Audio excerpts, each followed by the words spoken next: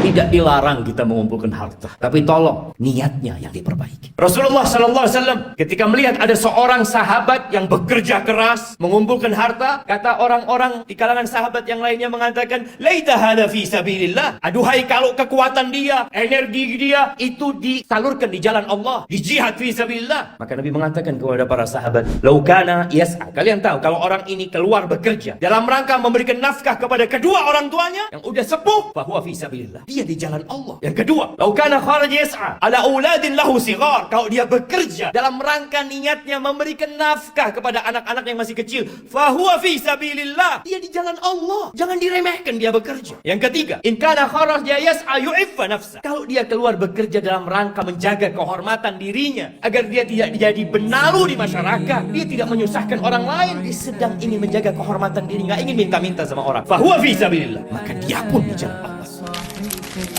تستريح وبوس الدعاء الخفي